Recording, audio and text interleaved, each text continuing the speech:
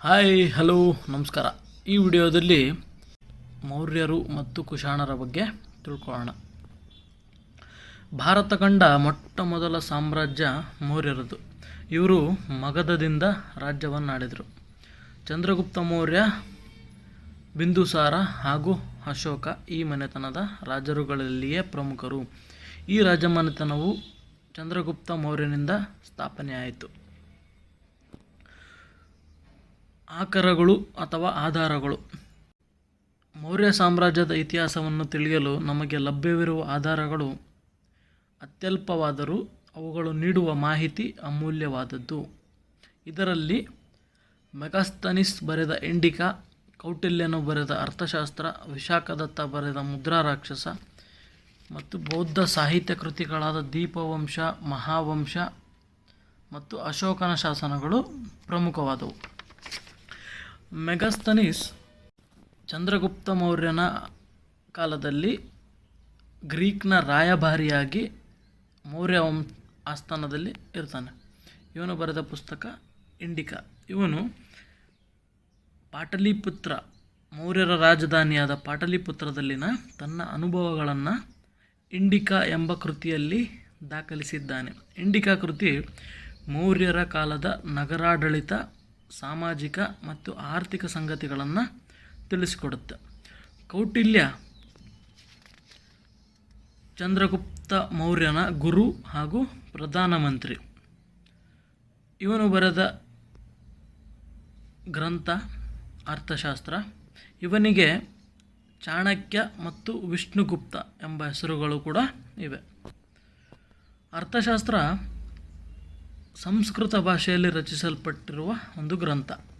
ಇದು ರಾಜನೊಬ್ಬನು ತಿಳಿಯಲೇಬೇಕಾದ ರಾಜ್ಯಾಡಳಿತ, ವಿದೇಶಾಂಗ ನೀತಿ, ನ್ಯಾಯದಾನದ ಸಂಗತಿಗಳನ್ನು ವಿವರವಾಗಿ ತಿಳಿಸುತ್ತದೆ.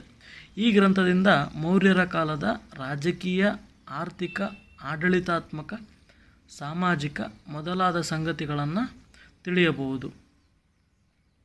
ಅರ್ಥಶಾಸ್ತ್ರವನ್ನು ಆರ್. ಶಾಮಶಾಸ್ತ್ರಿ 1905ರಲ್ಲಿ ಮೈಸೂರಿನ ಓರಿಯೆಂಟಲ್ ಗ್ರಂಥಾಲಯದಲ್ಲಿ ಪತ್ತೆ ಮಾಡಿದರು. ಮುದ್ರಾ ರಾಕ್ಷಸ ಇದು ವಿಶಾಖದತ್ತ ಬರೆದ ಒಂದು ಸಂಸ್ಕೃತ ನಾಟಕ. ಇದರಲ್ಲಿ ಕೌಟಿಲ್ಯನು ಚಂದ್ರಗುಪ್ತ ಮೌರ್ಯನನ್ನು ಅಧಿಕಾರಕ್ಕೆ ತಂದ ಕಥಾನಕವನ್ನು ನಿರೂಪಿಸಲಾಗಿದೆ. ದೀಪವಂಶ ಮತ್ತು ಮಹಾವಂಶ ಇವು ಶ್ರೀಲಂಕಾದ ಬೌದ್ಧ ಸಾಹಿತ್ಯ ಕೃತಿಗಳು. ಇದರಲ್ಲಿ ಅಶೋಕನು ಬೌದ್ಧ ಧರ್ಮವನ್ನು ಶ್ರೀಲಂಕಾಗೆ ವಿಸ್ತರಿಸಿದ ಬಗೆಗಿನ ವಿವರಗಳು ದೊರಕುತ್ತವೆ. ಅಶೋಕನ ಶಾಸನಗಳು. ಅಶೋಕನ ಬಗೆಗೆ ಅತ್ಯಂತ ಅಧಿಕೃತವಾಗಿ ಹೇಳುವ ದಾಖಲೆಗಳೆಂದರೆ ಶಾಸನಗಳು. ಈ ಶಾಸನಗಳಿಂದ ಅಶೋಕನ ಸಾಮ್ರಾಜ್ಯದ ವಿಸ್ತಾರ, ಅವನ ಧಮ್ಮ ಸಂದೇಶದ ವಿಚಾರ, ಕಳಿಂಗ ಯುದ್ಧದ ವಿವರ ಮೊದಲಾದ ಸಂಗತಿಗಳನ್ನು ತಿಳಿಯಬಹುದು. ಚಂದ್ರಗುಪ್ತ ಮೌರ್ಯ. ಮೌರ್ಯ ಸಾಮ್ರಾಜ್ಯವನ್ನು ಚಂದ್ರಗುಪ್ತ ಮೌರ್ಯ ಕೌಟಿಲ್ಯನ ಮಾರ್ಗದರ್ಶನದಲ್ಲಿ ನಂದ ವಂಶದ ಕೊನೆಯ ದೊರೆಯಾದ ಧನನಂದನನ್ನು ಪದಚ್ಯುತಗೊಳಿಸಿ ತನ್ನ 25ನೇ ವಯಸ್ಸಿನಲ್ಲಿ ಅಧಿಕಾರಕ್ಕೆ ಬಂದನು. ಈ ಹೊತ್ತಿಗೆ ವಾಯುವ್ಯ ಭಾರತದಲ್ಲಿ ಪಂಜಾಬ್ ಪ್ರಾಂತ್ಯದವರೆಗಿನ ಈ ಪ್ರದೇಶವನ್ನು ಅಲೆಕ್ಸಾಂಡರ್ನ ಉತ್ತರಾಧಿಕಾರಿಯಾದ ಸೆಲ್ಯೂಕಸ್ ನಿಕೇಟರ್ ಆಳುತ್ತಿದ್ದನು. ಸಾಮಾನ್ಯ ಶಕಪೂರ್ವ 305ರಲ್ಲಿ ಅವನೊಂದಿಗೆ ಚಂದ್ರಗುಪ್ತ ಮೌರ್ಯನು ಯುದ್ಧ ಸಾರಿದನು. ಅಂತಿಮವಾಗಿ ಯುದ್ಧವು ಒಪ್ಪಂದದೊಂದಿಗೆ ಅಂತ್ಯಗೊಂಡಿತು. ಅದರಂತೆ ಸೆಲ್ಯೂಕಸ್ ಇಂದಿನ ಅಫ್ಘಾನಿಸ್ತಾನ್ ಮತ್ತು ಬಲೂಚಿಸ್ತಾನದ ಪ್ರದೇಶಗಳು ಸೇರಿದಂತೆ 4 ಪ್ರಾಂತ್ಯಗಳನ್ನು ಚಂದ್ರಗುಪ್ತ ಮೌರ್ಯನಿಗೆ ವಹಿಸಿಕೊಟ್ಟನು. ಅಲ್ಲದೆ ತನ್ನ ಮಗಳನ್ನು ಚಂದ್ರಗುಪ್ತ ಮೌರ್ಯನಿಗೆ ವಿವಾಹ ಮಾಡಿಕೊಟ್ಟನು. ಸೆಲ್ಯೂಕಸ್ನ ಮಗಳ ಹೆಸರು ಹೆಲೆನಾ. ಇದರಿಂದ ಮಗಧ ಸಾಮ್ರಾಜ್ಯ ವಾಯುವ್ಯ ಭಾಗದಲ್ಲಿ ವಿಸ್ತಾರವಾದ ಭೂಪ್ರದೇಶಗಳಲ್ಲಿ ತನ್ನ ಆಧಿಪತ್ಯವನ್ನು ಸ್ಥಾಪಿಸಿತು. ಜೈನ ಧರ್ಮದ ಸಂಪ್ರದಾಯದ ಪ್ರಕಾರ ಚಂದ್ರಗುಪ್ತ ಮೌರ್ಯನು ತನ್ನ ಕೊನೆಯ ಕಾಲದಲ್ಲಿ ಜೈನ ಧರ್ಮವನ್ನು ಸ್ವೀಕರಿಸಿದನು ಎಂದು ಹೇಳಲಾಗಿದೆ. ಅವನು ಸಾಮ್ರಾಜ್ಯವನ್ನು ತನ್ನ ಮಗನಾದ ಬಿಂದುಸಾರನಿಗೆ ವಹಿಸಿ ಜೈನ ಗುರು ಭದ್ರಬಾಹು ಹಾಗೂ ಕೆಲವು ಯತಿಗಳೊಡನೆ ಕರ್ನಾಟಕದ ಹಾಸನ ಜಿಲ್ಲೆಯಲ್ಲಿರುವ ಶ್ರವಣಬೆಳಗೊಳಕ್ಕೆ ಬಂದು ಸಲ್ಲೇಖನ ವೃತವನ್ನು ಕೈಗೊಂಡು ಇಲ್ಲಿಯೇ ಮರಣ ಹೊಂದಿದನು. ಸಲ್ಲೇಖನ ವೃತ ಎಂದರೆ ಮಾರಣಾಂತಿಕ ಉಪವಾಸ, ಸಾಯುವವರೆಗೂ ಉಪವಾಸ ಇರುವುದು. ಚಂದ್ರಗುಪ್ತ ಮೌರ್ಯನ ನಂತರ ಅವನ ಮಗನಾದ ಬಿಂದುಸಾರ ಆಳ್ವಿಕೆ ನಡೆಸ್ತಾನೆ. ಅವನ ಮಗನಾದ ಸಾಮ್ರಾಟ ಅಶೋಕ್ ಭಾರತದ ಇತಿಹಾಸದಲ್ಲಿಯೇ ಅತ್ಯಂತ ಪ್ರಸಿದ್ಧ ದೊರೆ. ಬಿಂದುಸಾರನ ಮಗನಾದ ಅಶೋಕನು ತನ್ನ ತಂದೆಯ ಆಳ್ವಿಕೆಯ ಕಾಲದಲ್ಲಿ ಉಜ್ಜಯಿನಿ ಮತ್ತು ತಕ್ಷಶಿಲೆ ಪ್ರಾಂತ್ಯಗಳ ರಾಜ್ಯಪಾಲನಾಗಿ ಕಾರ್ಯನಿರ್ವಹಿಸುತ್ತಿದ್ದನು. ತಕ್ಷಶಿಲೆಯಲ್ಲಿ ಉಂಟಾದ ದಂಗೆಯನ್ನು ಯಶಸ್ವಿಯಾಗಿ ನಿಗ್ರಹಿಸಿದ ಅಶೋಕನು ಬಿಂದುಸಾರನ ಮರಣ ನಂತರ ಸಿಂಹಾಸನಕ್ಕಾಗಿ ತನ್ನ 99 ಮಂದಿ ಸಹೋದರರನ್ನು ಕೊಂದು ಅಧಿಕಾರಕ್ಕೆ ಬಂದನೆಂದು ಬೌದ್ಧ ಐತಿಹ್ಯಗಳು ಹೇಳುತ್ತವೆ. ಸಾಮಾನ್ಯ ಶಕಪೂರ್ವ 269ರಂದು ಅಶೋಕನು ಸಿಂಹಾಸನಕ್ಕೆ ಬಂದನೆಂದು ಊಹಿಸಲಾಗಿದೆ. ತನ್ನ ಆಳ್ವಿಕೆಯ 8ನೇ ವರ್ಷದಲ್ಲಿ ಅಶೋಕನು ಕಳಿಂಗ ರಾಜ್ಯದ ಮೇಲೆ ಯುದ್ಧ ಸಾರಿದನು. ರಾಜನಾದ ನಂತರ ಅಶೋಕನು ನಡೆಸಿದ ಏಕೈಕ ಯುದ್ಧ ಇದಾಗಿತ್ತು. ಕಳಿಂಗ ಯುದ್ಧ. ಸಾಮಾನ್ಯ ಶಕಪೂರ್ವ 261ರಲ್ಲಿ ಮೌರ್ಯ ಸಾಮ್ರಾಜ್ಯದ ಆಧಿಪತ್ಯವನ್ನು ಒಪ್ಪಿಕೊಳ್ಳದ ಕಳಿಂಗ ರಾಜ್ಯವನ್ನು ಆಕ್ರಮಿಸಿಕೊಳ್ಳಲು ಸಾಮಾನ್ಯ ಶಕಪೂರ್ವ 261ರಲ್ಲಿ ಅಶೋಕನು ಯುದ್ಧ ಸಾರಿದನು. ಈ ಯುದ್ಧದ ಬಗೆಗೆ ಅಶೋಕನ 13ನೇ ಬಂಡೆಗಲ್ಲು ಶಾಸನ ಮಾಹಿತಿ ನೀಡುತ್ತದೆ. ಅಶೋಕನು ಅಧಿಕಾರಕ್ಕೆ ಬಂದ 8ನೇ ವರ್ಷ ಕಳಿಂಗದ ಮೇಲೆ ಯುದ್ಧ ಸಾರಿದನು. ಯುದ್ಧದಲ್ಲಿ 1,50,000 ಜನ ಸೆರೆಯಾಳುಗಳಾದರೆ 1,00,000ಕ್ಕೂ ಹೆಚ್ಚು ಜನ ಹತರಾದರು. ಹಲವು ಪಟ್ಟು ಜನರು ನಿರಾಶ್ರಿತರಾದರು. ಕಳಿಂಗವನ್ನು ಅಶೋಕ ಗೆದ್ದನಾದರೂ ಯುದ್ಧದ ಸಾವು ನೋವು ಅವನ ಮನಕಲಕಿತು. ಅಲ್ಲದೆ ಮತ್ತೊಂದು ಯುದ್ಧವನ್ನು ಮಾಡದಿರಲು ಅಶೋಕ ನಿರ್ಧರಿಸಿದನು.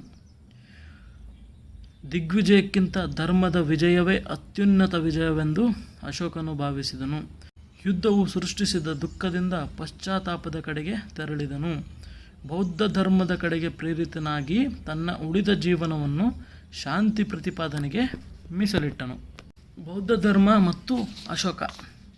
ಕಳಿಂಗ ಯುದ್ಧದ ನಂತರ ಅಶೋಕನು ಬೌದ್ಧ ಧರ್ಮವನ್ನು ಸ್ವೀಕರಿಸಿದನು. ಬೌದ್ಧ ವಿಹಾರ ಮತ್ತು ಚೈತ್ಯಗಳಿಗೆ ದಾನ ನೀಡಿದನು. ತನ್ನ ಸಾಮ್ರಾಜ್ಯದಲ್ಲಿ ಪ್ರಾಣಿ ಪಕ್ಷಿಗಳ ಹತ್ಯೆಯನ್ನು ನಿಷೇಧಿಸಿದನು. ಅಶೋಕನು ಪ್ರಜೆಗಳೆಲ್ಲರೂ ನನ್ನ ಮಕ್ಕಳಿದ್ದಂತೆ ಎಂದು ಸಾರಿದನು. ತಂದೆ ತಾಯಿಗಳಿಗೆ ವಿಧೇಯರಾಗಿರಬೇಕೆಂದು, ಗುರು ಹಿರಿಯರನ್ನು ಗೌರವಿಸಬೇಕೆಂದು ಹೇಳಿದನು. ಅಲ್ಲದೆ ದೀನರು ಮತ್ತು ಗುಲಾಮರ ಬಗೆಗೆ ದಯೆಯನ್ನು ತೋರುವಂತೆಯೂ ಹೇಳಿದನು. ತಾವೂ ಬದುಕಿ ಇತರರನ್ನೂ ಬದುಕಲು ಬಿಡಿ ಎಂದು ಬೋಧಿಸಿದನು. ಅಶೋಕನು ಸಾಮ್ರಾಜ್ಯದಲ್ಲಿ ಧರ್ಮ ಪ್ರಚಾರ ಮಾಡಲು ಧರ್ಮ ಮಹಾಮಾತ್ರ ಎಂಬ ಅಧಿಕಾರಿಗಳನ್ನು ನೇಮಿಸಿದನು. ಸಾಮ್ರಾಜ್ಯದ ಉದ್ದಗಲಕ್ಕೂ ಧರ್ಮ ಸಂದೇಶ ಸಾರುವ ಶಾಸನಗಳನ್ನು ಹಾಕಿಸಿದನು. ದೇಶ ವಿದೇಶಗಳಿಗೂ ಧರ್ಮ ಪ್ರಚಾರಕರನ್ನು ಕಳುಹಿಸಿದನು. ಅದರಂತೆ ಬನವಾಸಿಗೆ ರಕ್ಷಿತ, ಮಹಿಷಮಂಡಲಕ್ಕೆ ಮಹಾದೇವ. ಮಹಿಷಮಂಡಲ ಅಂದರೆ ಇವಾಗಿನ ಮೈಸೂರಿಗೆ ಮಹಿಷಮಂಡಲ ಅಂತ ಕರೀತಿದ್ರು. ಸಿಲೋನ್ ಅಂದರೆ ಈಗಿನ ಶ್ರೀಲಂಕಾ. ಸಿಲೋನಿಗೆ ತನ್ನ ಮಗ ರಾಹುಲ ಮತ್ತು ಮಗಳು ಸಂಘಮಿತ್ರೆಯನ್ನು ಕಳುಹಿಸಿಕೊಟ್ಟನು. ಸಾಮಾನ್ಯ ಶಕಪೂರ್ವ 250ರಲ್ಲಿ 3ನೇ ಬೌದ್ಧ ಸಮ್ಮೇಳನ ಮೌರ್ಯರ ರಾಜಧಾನಿಯಾದ ಪಾಟಲಿಪುತ್ರದಲ್ಲಿ ನೆರವೇರಿಸಲ್ಪಟ್ಟಿತು. ಅಶೋಕನ ಶಾಸನಗಳು. ಅಶೋಕನನ್ನು ಶಾಸನಗಳ ಪಿತಾಮಹ ಅಂತ ಕರೆಯಲಾಗುತ್ತದೆ. ಈವರೆಗೆ ಓದಲಾಗಿರುವ ಮೊದಲ ಶಾಸನಗಳೆಂದರೆ ಅದು ಅಶೋಕನ ಶಾಸನಗಳು. 1837ರಲ್ಲಿ ಬ್ರಿಟಿಷ್ ಅಧಿಕಾರಿಯಾದ ಅಶೋಕನ ಶಾಸನಗಳನ್ನು ಮೊದಲ ಬಾರಿಗೆ ಓದಿದನು.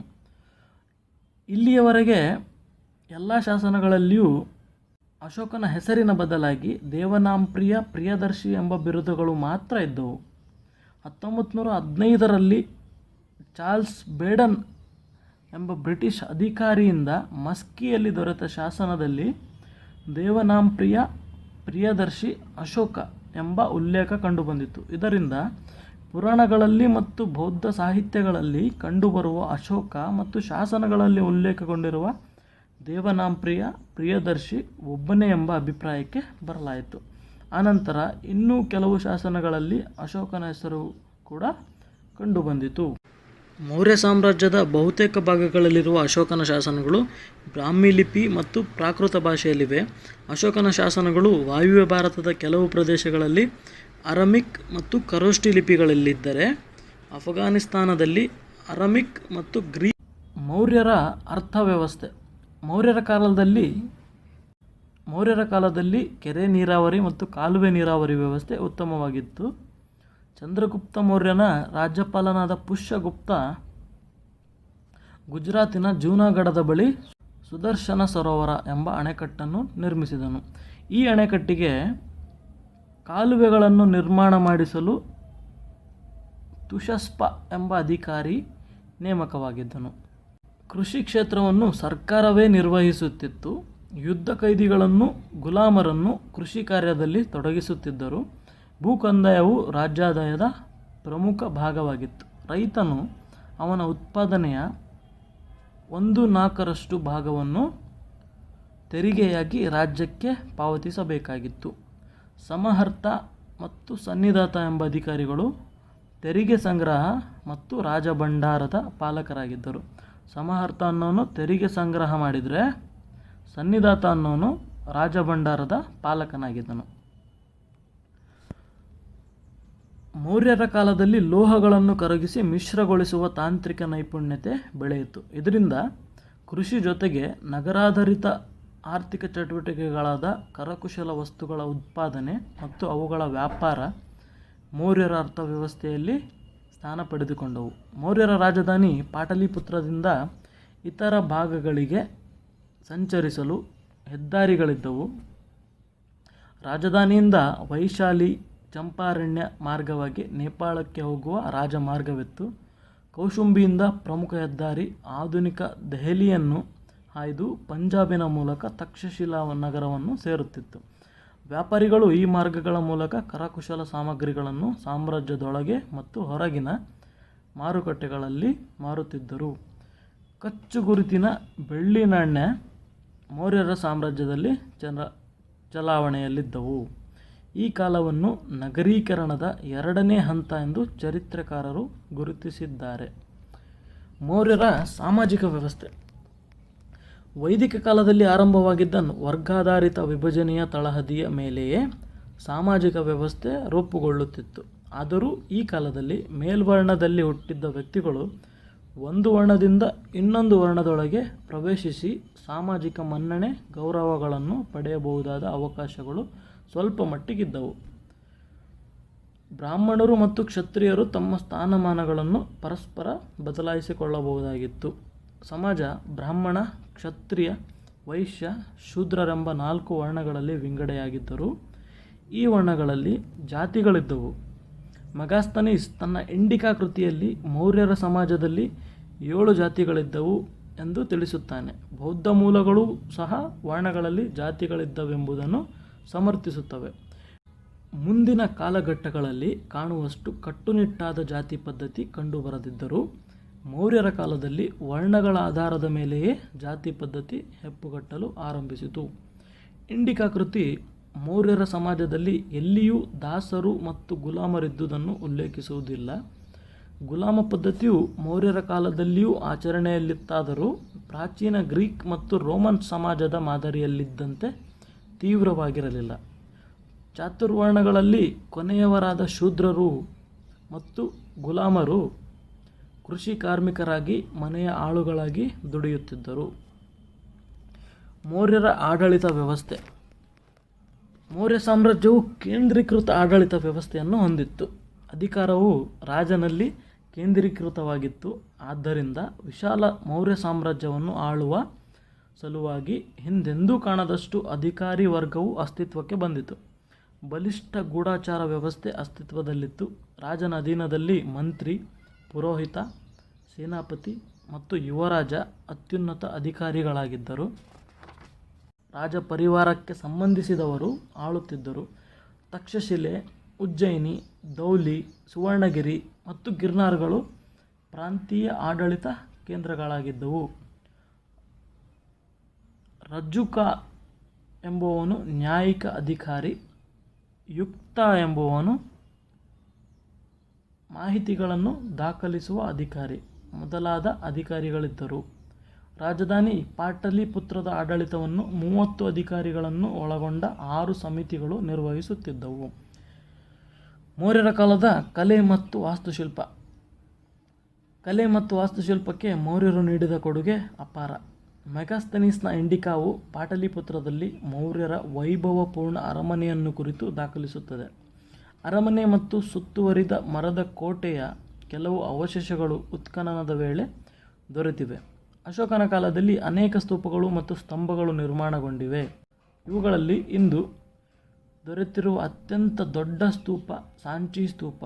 30ಕ್ಕೂ ಹೆಚ್ಚು ಸ್ತಂಭಗಳು ದೊರೆತಿದ್ದು ಇವುಗಳನ್ನು ಅತ್ಯಂತ ನುಣುಪಾಗಿ ನಯಗೊಳಿಸಲಾಗಿದೆ. ಸ್ತಂಭದ ಮೇಲೆ ಸಿಂಹ ಅಥವಾ ಗೂಳಿಯ ಶಿಲ್ಪಗಳನ್ನು ಕಡೆಯಲಾಗಿದೆ. ನಮ್ಮ ರಾಷ್ಟ್ರ ಲಾಂಛನ 4 ತಲೆಯ ಸಿಂಹವನ್ನು ಸಾರನಾಥದ ಅಶೋಕ ಸ್ತಂಭದಿಂದ ಪಡೆಯಲಾಗಿದೆ.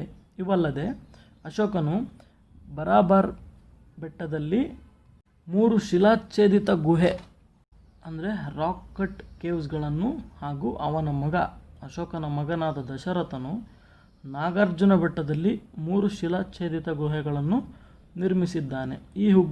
ಈ ಗುಹೆಗಳು ಕೂಡ ಮೌರ್ಯರ ಕಾಲದ ಪ್ರಮುಖ ನಿರ್ಮಾಣಗಳಾಗಿವೆ. ಕುಶಾಣರು. ಮೌರ್ಯರ ನಂತರದಲ್ಲಿ ಕಾಣುವ ಪ್ರಮುಖ ರಾಜಮನೆತನವೇ ಕುಶಾಣರದ್ದು. ಮಧ್ಯ ಏಷ್ಯಾದಿಂದ ಭಾರತಕ್ಕೆ ವಲಸೆ ಬಂದ ಅಲೆಮಾರಿ ಜನಾಂಗದ ಮೂಲ ಹೊಂದಿರುವ ಕುಶಾಣರು ಯೂಚಿ ಸಂತತಿಯವರು. ಇದೇ ಸಮಯದಲ್ಲಿ ಶಕರು ಹಾಗೂ ಪಾರ್ಥಿಯನ್ನರು ವಾಯುವ್ಯ ಭಾಗದಲ್ಲಿ ನೆಲೆಸಿದ್ದ ವಿದೇಶಿ ಸಮುದಾಯಗಳು. ಕುಶಾಣರು ಶಕ ಮತ್ತು ಪಾರ್ಥಿಯನ್ನರನ್ನು ಸೋಲಿಸಿ ಗಾಂಧಾರ ಪ್ರದೇಶದಲ್ಲಿ ನೆಲೆಸಿದರು. ಕುಜಲ್ ಕಡಫಿಸಿಸ್ ಈ ರಾಜಮನೆತನದ ಸಂಸ್ಥಾಪಕ. ಇವನಲ್ಲದೆ ವಿಮಾ ಕಡಫಿಸಿಸ್ ಮತ್ತು ಕನಿಷ್ಕ ಈ ವಂಶದ ಮುಖ್ಯ ದೊರೆಗಳು. ಯೂಚಿಗಳು ಮೂಲತಃ ಬುಡಕಟ್ಟಿಗೆ ಸೇರಿದವರು. ಕುಜಲ್ ಕಡಫಿಸ್ನ ನೇತೃತ್ವದಲ್ಲಿ ಯೂಚಿ ಬಣಗಳು ಐಕ್ಯಗೊಂಡವು. ಈತನು ಹಿಂದೂ ಕುಶ್ನ ಬೆಟ್ಟಗಳನ್ನು ದಾಟಿ ಕಾಬೂಲ್ ಹಾಗೂ ಕಾಶ್ಮೀರದಲ್ಲಿ ಬಂದು ನೆಲೆಸಿದನು. ವಿಮಾ ಕಡಫಿಸ್ನ ಕಾಲದಲ್ಲಿ ಚಿನ್ನದ ನಾಣ್ಯಗಳನ್ನು ಹೊರಡಿಸಲಾಯಿತು. ಇಲ್ಲಿಂದ ಮುಂದಕ್ಕೆ ಕುಶಾಣರು ಸಾಮಾನ್ಯವಾಗಿ ಚಿನ್ನದ ಹಾಗೂ ತಾಮ್ರದ ನಾಣ್ಯಗಳನ್ನೇ ಟಂಕಿಸಿದರು. ವಿಮಾ ಕಡಫಿಸಸ್ನ ನಂತರ ಬಂದವನೇ ಕನಿಷ್ಕ. ಇವನ ಆಳ್ವಿಕೆ ಅಡಿಯಲ್ಲಿ ಕುಶಾಣರ ಮನೆತನವು ವ್ಯಾಪಕವಾಗಿ ಬೆಳೆಯಿತು. ಇವನು ಸಾಮಾನ್ಯ ಶಕಪೂರ್ವ 78ರಲ್ಲಿ ರಾಜಾಳ್ವಿಕೆಯನ್ನು ಪ್ರಾರಂಭಿಸಿ ಹೊಸ ಯುಗವೊಂದಕ್ಕೆ ನಾಂದಿಯಾಡಿದನು. ಇದನ್ನು ಶಕಯುಗ ಅಂತ ಕರೆಯಲಾಗುತ್ತೆ. ಭಾರತದಲ್ಲಿ ಕನಿಷ್ಕನ ಆಳ್ವಿಕೆಯ ವ್ಯಾಪ್ತಿಯು ದಕ್ಷಿಣದ ಸಾಂಚಿ ಹಾಗೂ ಪೂರ್ವದ ಬನಾರಸ್ಸಿನವರೆಗೆ ಹರಡಿತ್ತು. ಮಧ್ಯ ಏಷ್ಯಾವನ್ನು ಒಳಗೊಂಡ ಇವನ ಆಳ್ವಿಕೆಯು ವಿಶಾಲವಾದ ಸಾಮ್ರಾಜ್ಯವನ್ನು ಹೊಂದಿತ್ತು. ಪುರುಷಪುರವು ಕನಿಷ್ಕನ ರಾಜಧಾನಿ. ಪುರುಷಪುರ ಅಂದರೆ ಈಗಿನ ಪೇಶಾವರ. ಇವನ ಕಾಲದ ಮತ್ತೊಂದು ಮುಖ್ಯ ನಗರ ಮಥುರಾ. ಕನಿಷ್ಕನು ಬೌದ್ಧ ಧರ್ಮಕ್ಕೆ ನೀಡಿದ ಆಶ್ರಯದಿಂದಾಗಿ ಅದು ಮತ್ತಷ್ಟು ಸಮೃದ್ಧಿಯಿಂದ ಬೆಳೆಯಲು ಸಾಧ್ಯವಾಯಿತು. ಅಶ್ವಘೋಷ, ವಸುಮಿತ್ರ, ಸಂಘರಕ್ಷ ಮುಂತಾದ ಬೌದ್ಧ ವಿದ್ವಾಂಸರನ್ನು ಇವನ ಕಾಲದಲ್ಲಿ ಕಾಣುತ್ತೇವೆ. 4ನೆಯ ಬೌದ್ಧ ಸಮಾವೇಶವನ್ನು ಕಾಶ್ಮೀರದಲ್ಲಿ ಕನಿಷ್ಕನ ನೇತೃತ್ವದಲ್ಲಿಯೇ ನಡೆಸಲಾಯಿತು. ಈತನು ಅಶೋಕನ ರೀತಿಯಲ್ಲಿಯೇ ಬೌದ್ಧ ಧರ್ಮ ಪ್ರಚಾರಕ್ಕಾಗಿ ಮಧ್ಯ ಏಷ್ಯಾ ಹಾಗೂ ಚೀನಾಗಳಿಗೆ ನಿಯೋಗಗಳನ್ನು ಕಳಿಸಿದ್ದನು. ಇವನ ಕಾಲದಲ್ಲಿ ಕಲೆ ಮತ್ತು ವಾಸ್ತುಶಿಲ್ಪವೂ ಸಹ ಪ್ರೋತ್ಸಾಹವನ್ನು ಪಡೆಯಿತು. ಗ್ರೀಕರ ನಂತರ ಭಾರತೀಯ ಚರಿತ್ರೆ ಹಾಗೂ ಸಂಸ್ಕೃತಿಯ ಮೇಲೆ ಪ್ರಭಾವ ಬೀರಿದವರು ಕುಶಾಣರು. ಬೌದ್ಧ ಧರ್ಮಕ್ಕೆ ವಿಶೇಷ ಚಲನೆಯನ್ನು ನೀಡಿದವರು ಇವರು. ಮಹಾಯಾನ ಪಂಥವು ಇವರ ಆಶ್ರಯದಲ್ಲಿ ಹೆಚ್ಚಿನ ಪ್ರೋತ್ಸಾಹವನ್ನು ಪಡೆಯಿತು. ಗಾಂಧಾರ ಶಿಲ್ಪಕಲೆಯು ಇವರಿಂದ ವಿಕಸಿತಗೊಂಡಿತು. ಸರಿ ಸ್ನೇಹಿತರೆ, ಮುಂದಿನ ವಿಡಿಯೋದಲ್ಲಿ ಮತ್ತೆ ಸಿಗೋಣ.